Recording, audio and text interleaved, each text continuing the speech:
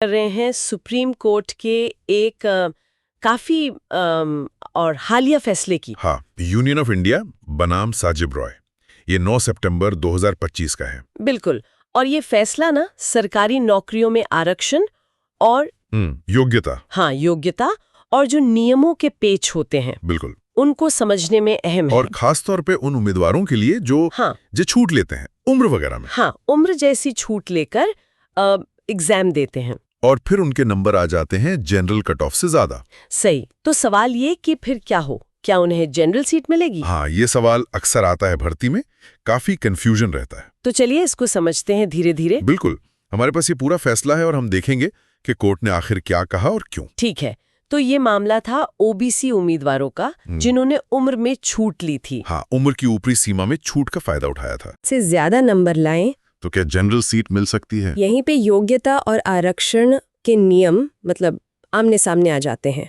चलिए तो देखते हैं ये स्टाफ सिलेक्शन कमीशन वाली भर्ती में क्या हुआ था। हाँ, एसएससी की कांस्टेबल भर्ती थी ये। कहाँ से शुरू हुआ ये सब? एसएससी ने विज्ञापन निकाला।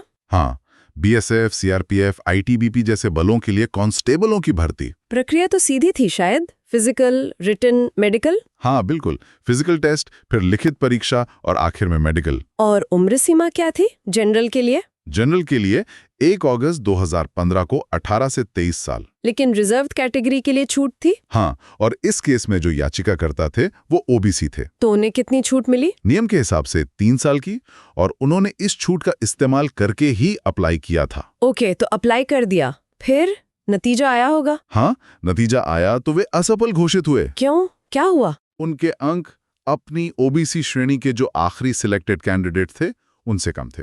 अच्छा, लेकिन यहीं पे मामला दिलचस्प हो गया। क्या उनके अंक जनरल यानी अनारक्षित श्रेणी के आखिरी चुने गए उम्मीदवार से ज्यादा थे। अरे अच्छा, तो फिर तो उनका दावा बनता था कि भाई हमारे नंबर ज्यादा हैं, बिल्कुल, हमें जनरल कैटेगरी में सीट दो। उन्होंने यही दावा किया, लेकिन सरकार राजी नहीं थी। सरकार क्यों मना कर रही थी? सरकार का तर्क था कि देखो, आपने ओबीसी कोटे में उम्र की छूट ली है, हाँ, इसलिए अब आप जनरल सीट के लिए दावेदार नहीं हो सकते। अच्छा, तो यहीं से बात बढ़ी। हाँ, यहीं से विवाद शुरू हुआ और मामला पहुंच गया हाईकोर्ट। और हाईकोर्ट ने क्या कहा इस पर? किसके पक्ष में फैसला दिया? हाईकोर्ट ने उम्मीदवारों का साथ दिया। अच्छा, कोर्ट ने कहा कि हाँ, जिनके नंबर जनरल कट ऑफ से ज्यादा हैं, उन्हें जनरल कैटेगरी में माइग्रेट करने मतलब जाने की इजाजत होनी चाहिए, भले ही उन्होंने उम्र में छूट ली हो। हाँ, हाईकोर्ट ने कहा कि इससे फर्क नहीं पड़ता। हाईकोर्ट ने इसका आधार क्या बताया? कोई पुराना फैसला या नियम? हाँ, उन्होंने सुप्रीम कोर्ट के ही एक पुराने 2010 के फैसले का हवाला दिया। कौन सा फैसला? जितेंद्र कुमार सिंह बनाम उत्तर प्रदेश सरकार, काफी चर्चित केस था वो। अच्छा, तो उस केस में क्या कहा गया था? हाईकोर्ट की समझ ये थी कि देखो, उम्र या फीस में छूट देना तो बस एक तरह की मदद है। किस लिए? ताकि आरक्षित उम्मीदवार भी कंपटीशन में हिस्सा ले सकें। ये बस मतलब एंट्री पास जैसा है। ठीक है। हाईकोर्ट का मानना था कि इससे जो मेन लिखित परीक्षा है उसका लेवल प्लेइंग फील्ड यानी बराबरी का मुकाबला वो प्रभावित नहीं होता, क्योंकि परीक्षा तो सब एक साथ ही देते हैं। बिल्कुल। तो अगर कोई रिजर्व्ड कैंडिडेट छूट लेने के बाद भी अपनी काबिलियत से जनरल कैंडिडेट से ज्यादा नंबर लाता है तो उसे मेरिट पर जनरल सीट मिलनी चाहिए। हाँ, हाईकोर्ट ने कहा ये अनुच्छेद 14 मतलब समानता के अधिकार के हिसाब से सही है। सुनने में तो ये तर्क काफी लॉजिकल लगता है, मेरिट फर्स्ट, लेकिन सरकार तो मानी नहीं। नहीं, बिल्कुल नहीं मानी। सरकार इस फैसले के खिलाफ हाईकोर्ट में ही पुनर्विचार याचिका लेकर गई, रिव्यू पिटिशन। हाँ, और यहीं पर उन्होंने एक अहम चीज निकाली। क्या? कार्मिक और प्रशिक्षण विभाग यानी डीओपीटी का एक पुराना ऑफिस मेमोरेंडम, ओएम जिसे कहते हैं। कब का था ये ओएम? 1 जुलाई 1998 का। ओह, काफी पुराना। इसमें ऐसा क्या लिखा था? ये ओएम बहुत साफ था और इस केस के लिए बहुत जरूरी साबित हुआ। बताइए। इसके पैरा 3 में लिखा था कि SC, ST, OBC उम्मीदवार अनारक्षित सीटों पर तभी एडजस्ट होंगे जब वो जनरल कैंडिडेट वाले स्टैंडर्ड पर ही चुने गए हों, मतलब बिना किसी छूट के। हाँ, बिना किसी रियायत के। और आगे और भी स्पष्ट किया गया था। क्या कहा था? उसमें लिखा था, मैं लगभग वैसे ही बताता हूं जैसा फैसले में है। दूसरे शब्दों में, जब किसी SC, ST, OBC कैंडिडेट को चुनने में कोई रियायती स्टैंडर्ड मतलब रिलैक्स स्टैंडर्ड इस्तेमाल होता है तो ऐसे उम्मीदवारों को रिजर्व्ड सीटों के अगेंस्ट ही गिना जाएगा।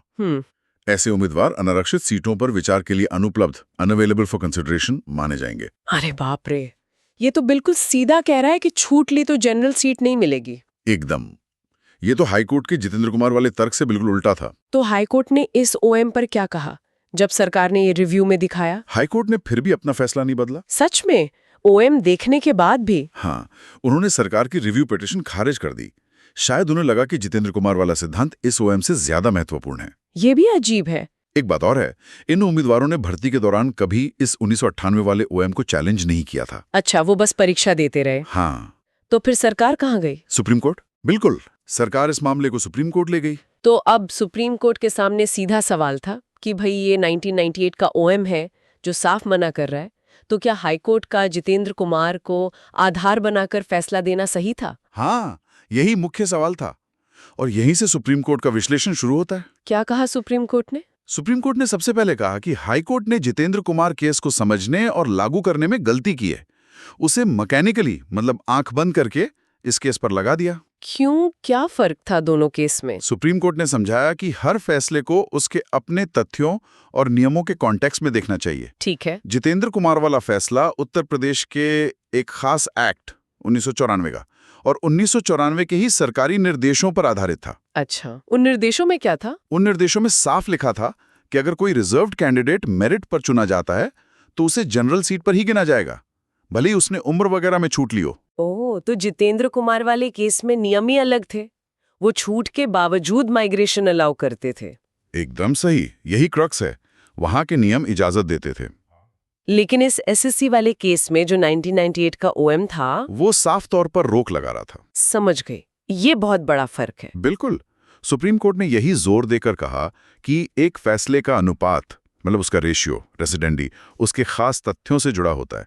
आप उसे हर जगह नहीं चिपका सकते। हाँ, ये तो लीगल सिद्धांत है। हाँ, कोर्ट ने पुराने केस लॉ का हवाला भी दिया, जैसे क्वीन बनाम लीथम, हरियाणा फाइनेंशियल कॉर्पोरेशन, ये बताने के लिए कि हर केस के तथ्य अलग होते हैं। और कोर्ट ने ये भी कहा कि ये मुद्दा कोई नया नहीं है। हाँ, कहा कि ये रेस इंटेग्रा नहीं है, मतलब इस पर पहले भी बात हो चुकी है। किन मामलों में? कोर्ट ने कई मामलों का जिक्र किया जहां बिल्कुल इसी 1998 ओएम जैसे नियम थे और कोर्ट में यही माना था कि अगर नियम में रोक है तो माइग्रेशन नहीं हो सकता। जैसे कौन सी केस? जैसे दीपा ईवी 2017, गौरव प्रधान 2018, नीरव कुमार मकवाना 2019। इन सब में कोर्ट ने कहा कि अगर नियम रोकते हैं तो जितेंद्र कुमार लागू नहीं होगा। और इस बात को बड़ी बेंच ने भी माना था। हाँ, 3 जजों की बेंच ने गवर्नमेंट एनसीटी दिल्ली बनाम प्रदीप कुमार 2019 में भी इसी नजरिए को सही ठहराया था। तो मतलब सुप्रीम कोर्ट का स्टैंड इस पर काफी क्लियर रहा है पहले से। बिल्कुल। लेकिन उम्मीदवारों की तरफ से भी तो कुछ केस पेश किए गए होंगे, उनके वकीलों ने। हाँ, उन्होंने भी कुछ केस रखे थे, जैसे विकास संखला, सौरव यादव। कोर्ट ने उन्हें कैसे देखा? कोर्ट ने उन्हें भी एनालाइज किया, पर पाया कि वो इस मामले से अलग थे। कैसे? जैसे विकास संखला में छूट टीईटी के सिर्फ क्वालिफाइंग मार्क्स में थी, फाइनल मेरिट में उसका असर ना के बराबर था, और वहां कोई ऐसा नियम भी नहीं था जो माइग्रेशन रोकता हो। अच्छा। और सौरव यादव, साधना सिंह डांगी जैसे मामले ज्यादातर हॉरिजॉन्टल और वर्टिकल रिजर्वेशन के बीच की दिक्कतों से जुड़े थे। हाँ, वो अलग मसला हो जाता है। और उनमें भी ऐसा कोई नियम नहीं था जो रोक लगा रहा हो। तो कोर्ट ने कहा कि आप जो केस बता रहे हैं या तो उनके तथ्य अलग हैं या उनमें हमारे वाले केस जैसा रोकने वाला नियम 1998 ओएम है ही नहीं। समझ गई। तो कोर्ट ने कहा कि इस केस की खास बात वो 1998 का ओएम है, जिसे नजरअंदाज नहीं किया जा सकता। बिल्कुल। तो फिर इस सब विश्लेषण के बाद कोर्ट किस नतीजे पर पहुंचा? फाइनल फैसला क्या था? सुप्रीम कोर्ट ने एक बहुत ही क्लियर सिद्धांत सामने रखा। पैरा 32 में उन्होंने इसे समराइज किया। क्या है वो सिद्धांत? उन्होंने कहा कि देखो, कोई रिजर्व्ड कैंडिडेट जिसने छूट जैसे उम्र या फीस ली है, वो जनरल सीट पर चुना जा सकता है या नहीं। हाँ। ये पूरी तरह उस भर्ती के नियमों पर निर्भर करेगा। Case by case basis? नहीं, रूल बाय रूल बेसिस। अच्छा, मतलब नियम देखो। हाँ, अगर भर्ती के नियमों या विज्ञापन में कोई रोक नहीं है, कोई एम्बार्गो नहीं है, तो फिर अगर उस रिजर्व कैंडिडेट के नंबर जनरल कट ऑफ से ज्यादा हैं, तो वो माइग्रेट कर सकता है। उसे जनरल सीट मिलनी चाहिए। ठीक है, ये तो जितेंद्र कुमार जैसा लग रहा है। हाँ, अगर नियम में रोक ना हो तो। लेकिन अगर भर्ती नियमों में साफ साफ रोक लगाई गई है, जैसा कि इस केस में 1998 के ओएम ने किया था, हाँ, तो फिर छूट लेने वाले उम्मीदवार जनरल सीटों पर माइग्रेट नहीं कर सकते। बस बात खत्म। चाहे उनके नंबर कितने भी ज्यादा क्यों ना हो। जी हाँ, चाहे नंबर जनरल टॉपर से भी ज्यादा हो। अगर नियम रोकता है और आपने छूट ली है तो आप जनरल सीट के लिए कंसिडर नहीं होंगे। तो मतलब नियम ही सब कुछ है इस मामले में। बिल्कुल, नियम ही राजा है। और क्योंकि इस एसएससी भर्ती में 1998 का ओहम साफ रोक लगा रहा था। एकदम, इसीलिए सुप्रीम कोर्ट ने कहा कि हाई कोर्ट ने गलती की। क्या गलती है? 1998 के ओएम को नजरअंदाज करके जितेंद्र कुमार को लागू करने की, क्योंकि इन याचिकाकर्ताओं ने उम्र में छूट ली थी, इसलिए वो 1998 ओएम के हिसाब से जनरल सीट के लिए अनुपलब्ध थे। तो फिर आखिरी नतीजा क्या रहा अपील का? नतीजा ये हुआ कि सुप्रीम कोर्ट ने हाई कोर्ट के वो फैसले रद्द कर दिए जो उम्मीदवारों के पक्ष में थे। भारत सरकार की जो अपीलें थी उन्हें स्वीकार कर लिया गया। इसका मतलब उन उम्मीदवारों को जनरल कैटेगरी में नौकरी नहीं मिलेगी? नहीं मिलेगी, उन्हें उनकी रिजर्व्ड कैटेगरी यानी ओबीसी की मेरिट लिस्ट के हिसाब से ही देखा जाएगा, और उस लिस्ट में वो नीचे थे इसलिए असफल रहे। तो ये पूरा मामला आकर नियमों की व्याख्या पर टिक गया। हाँ, और ये दिखाता है कि सरकारी भर्तियों में मेरिट का क्या मतलब है, ये भी नियम ही तय करते हैं। जितेंद्र कुमार ने एक दिशा दी थी, लेकिन ये फैसला बताता है कि एक खास नियम या ओएम उस सामान्य सिद्धांत को बदल सकता है। बिल्कुल, ये उम्मीदवारों के लिए भी एक सबक है कि नोटिफिकेशन और नियम बहुत ध्यान से पढ़ने चाहिए। हाँ, फॉर्म भरने से पहले ये फैसला नियमों की भाषा कितनी सटीक होनी चाहिए इस पर भी रोशनी डालता है। सही कहा, एक छोटा सा क्लॉज जो शायद कई साल पहले बना हो, किसी की जिंदगी पर इतना बड़ा असर डाल सकता है। और ये पारदर्शिता की जरूरत पर भी जोर देता है। बिल्कुल, नियम साफ हों, सबको पता हो। और ये हमें फिर उसी बुनियादी सवाल पर ले आता है, योग्यता, अवसर की समानता और जो आरक्षण का मकसद है, पिछड़े वर्गों को आगे लाना। हाँ, इन सब के बीच संतुलन कैसे साधा जाए, खासकर जब छूट दी जाती है? क्या ये नियम जैसे ये ओएम हमेशा निष्पक्ष होते हैं? ये बहुत गहरा सवाल है और इस पर बहस हमेशा चलती रहेगी। देखिए, कानूनी तौर पर तो ये फैसला यही कहता है कि योग्यता भी नियमों के दायरे में ही परिभाषित है। लेकिन एक सवाल यहाँ सोचने के लिए रह जाता है, क्या इस तरह की एकदम क्लियर रोक कि एक बार छूट ली तो जनरल का दरवाजा बंद, क्या ये संविधान के अनुच्छेद 14 और 16 की जो बड़ी भावना है, समानता और अवसर की समानता, उसके साथ पूरी तरह मेल खाती है? या फिर ये प्रशासन की एफिशिएंसी अनुच्छेद 335 बनाए रखने के लिए जरूरी है? हाँ, यही डिबेट है। सरकार का तर्क एफिशिएंसी का होता है। इस पर शायद आगे और भी कानूनी चर्चा हो, कोई बड़ी बेंच इस पर विचार करे। हो सकता है।